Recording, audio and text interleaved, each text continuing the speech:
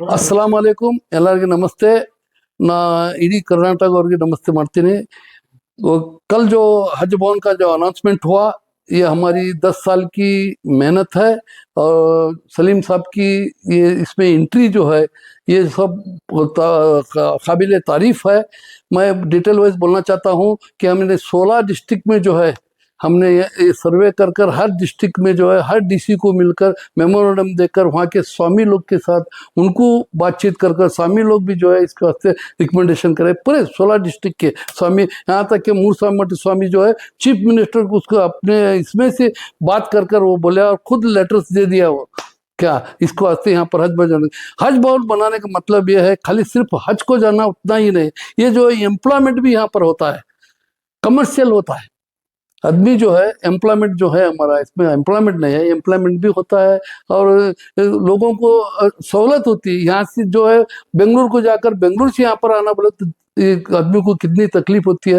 एक फैमिली जाना रहे तो 8-10 हज़ार रुपये खर्च होता है, एक्स्ट्रा भी 50,000 खर्च होता है। यहाँ पर यहाँ से जाने का जो है वो पैसे भी कम होते हैं, एटलीस्ट एक 50,000 तो कम होता है और उसका टेंशन जो है टेंशन बच जाता है एक। और साथ ही जो हम लोग बनाने के बाद जो है कमर्शियल जो जितना इम्प्रूवमेंट होता है वो उसका ये नहीं है, एटलीस्ट 5 से 10 हज़ार लोगों की नौकरी का रोजी का जरिया बनता है। ये मकसद से जो है हमारा ये निकला था, वो एक हमारा क्या मुहिम निकली थी।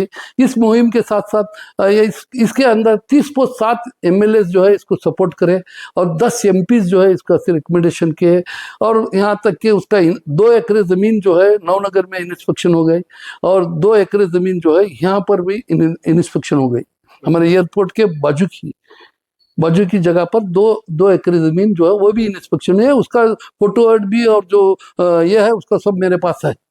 जो अब इसके बाद जो है तकलीफ आता है, उसके बाद वो जो है रुक गया। 3 साल के पीछे की बात बोल रहा हूँ मैं, ये रुक गया।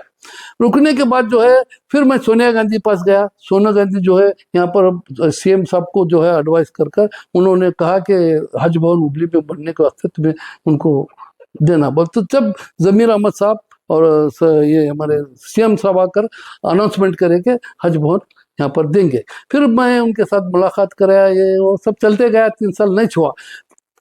जब हमारे सलीम अहमद साहब के साथ हमें ये जब हमारा प्रपोजल रखे तो मैं मेरा उनके साथ जैसा ही ये बात के ऊपर जब काम चालू हो गया तो उन्होंने इसके ये रुख के ऊपर वो लोग काम करने लगे और हमारे सामने इस चीफ मिनिस्टर को बात कर इसको बात कर सबको बात कर जो है इस जो बजट में जो हज भवन का जो काम करा है ये सारा जो है हमारे सलीम अहमद के इस पर जाता है। सलीम अहमद साहब को हम भूल नहीं सकते और हमें भूलना भी नहीं चाहिए, क्योंकि नॉर्थ कर्नाटका में जो हमारे हुबली में जो हज भवन हुआ उनके पौन हुआ सो है, हम उनको भूलते नहीं और उनका जो काम जो है हमारे लिए सर आंखों पर है।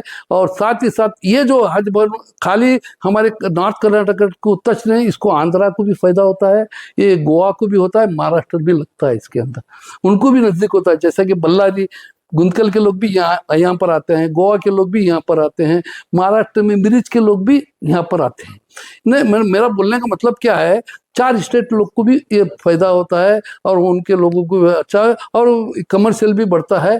और मैं सबसे पहले जो है हमारे गवर्नमेंट का भी मैं शुक्रिया अदा करता हूँ, साथ साथ हमारे सलीम अहमद और चीफ मिनिस्टर एंड हमारे जमीर अहमद का भी शुक्रिया अदा करते हुए मैं नॉर्थ कर्नाटक अंजुमन इस्लाम का सदर हूँ, साथ ही साथ मैं धारवाड़ डिस्ट्रिक्ट अंजुमन इस्लाम का सदर हूँ और मेरी जितनी भी टीम है इसके वास्ते जो काम करी है और जितने भी लोग हमारे साथ दिए हैं, मैं सबसे पहले उनका शुक्रिया अदा करता हूँ, क्योंकि उन्होंने हमारे साथ इतना सब कुछ होने के बाद भी ये हज भवन सैंक्शन होने के बाद भी रुक गया, फिर भी मेरे साथ उन्होंने जो काम मेरे साथ दिए, मैं उनका सबसे पहला शुक्रिया अदा करता हूँ।